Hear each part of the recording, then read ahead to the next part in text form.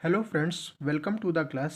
चलिए आज एक रीजनिंग में एक टॉपिक होता है ब्लड रिलेशन। आज हम उसको शुरुआत करते हैं। आज हम उससे उसका क्वेश्चंस बनाते हैं। सबसे पहले मैं आपको ये समझाते देता हूँ ये क्या लिखा हुआ है।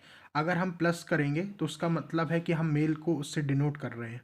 अगर हम माइनस कर रहे हैं तो उसका मतलब है कि वो फीमेल है।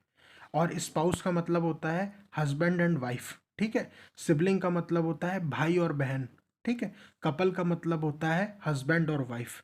तो चलिए शुरुआत करते हैं। क्वेश्चन के माध्यम से मैं आपको समझाता जाऊंगा कि इस क्वेश्चन को कैसे बनाना है और कैसे इसको सॉल्व करना है। चलिए शुरुआत करते हैं।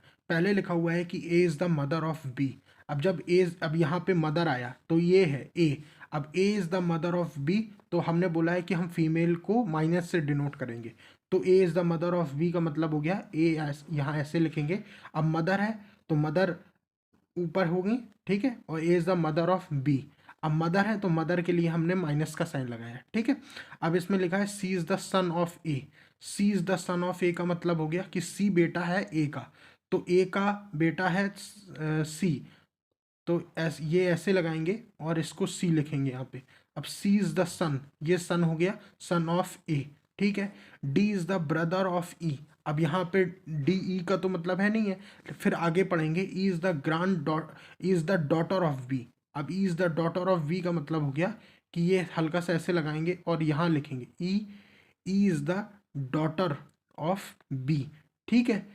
और D is the brother of E. तो डी, अब डी इसका भाई है तो यहाँ ऐसे लगाएंगे और D is the brother of E, ठीक है। इसको प्लस में लिख देंगे।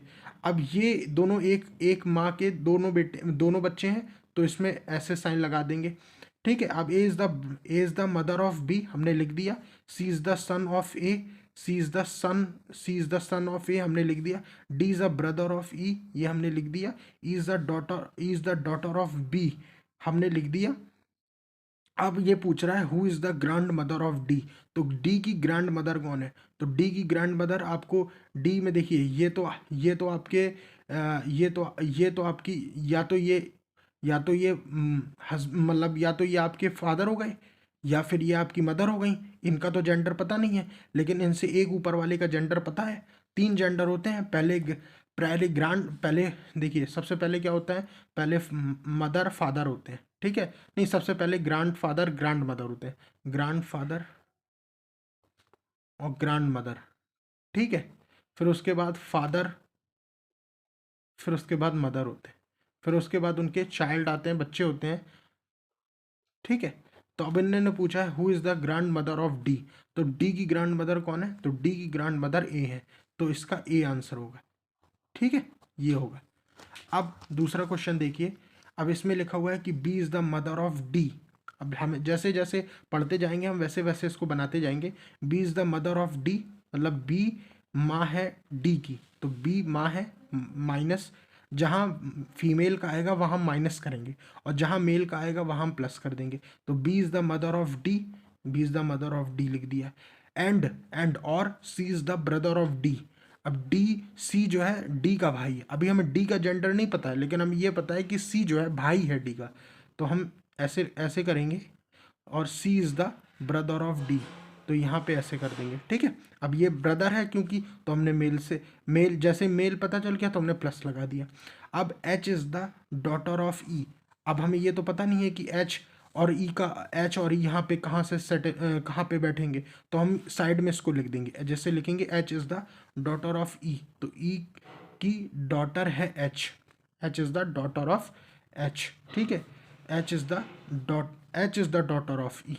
तो एच डॉटर होगी ना, sorry, H is the daughter of E, मतलब एच ये आपकी डॉटर हो गई ई की। अब D is the wife of E. अब देखिए यहाँ से मिल गया D is the wife of E. तो ये वाइफ हो गई, माइनस हो गया, ये हो गया प्लस में।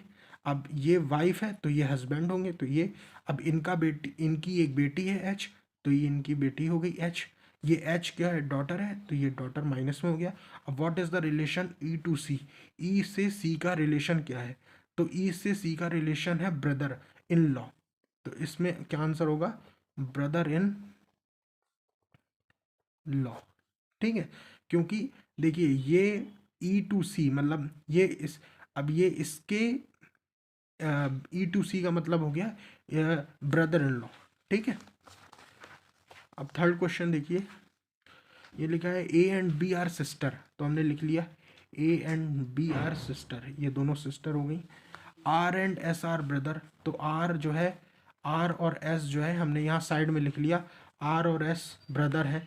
अब हमने लिख लिया daughter of A is sister of R। अब डॉटर ऑफ ए की जो है डॉटर जो है आर की सिस्टर है, ए की डॉटर। अब ए की डॉटर यहाँ बनाएंगे, ठीक है। अब डॉटर को फीमेल से माइनस से डिनोट करेंगे क्योंकि ये फीमेल है, ठीक है। Daughter of A is the sister of R, तो ये आर की सिस्टर है, ठीक है, आर की सिस्टर है।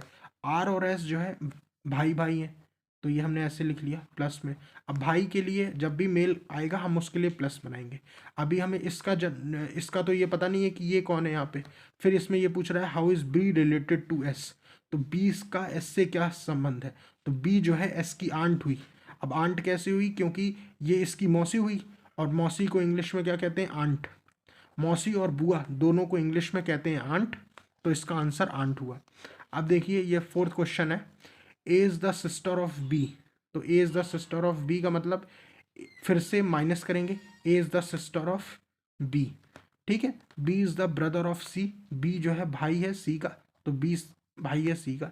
सी is the son of D, C जो है सन है, ये सन हो गया, प्लस लगाएंगे और डी का हो गया, तो डी।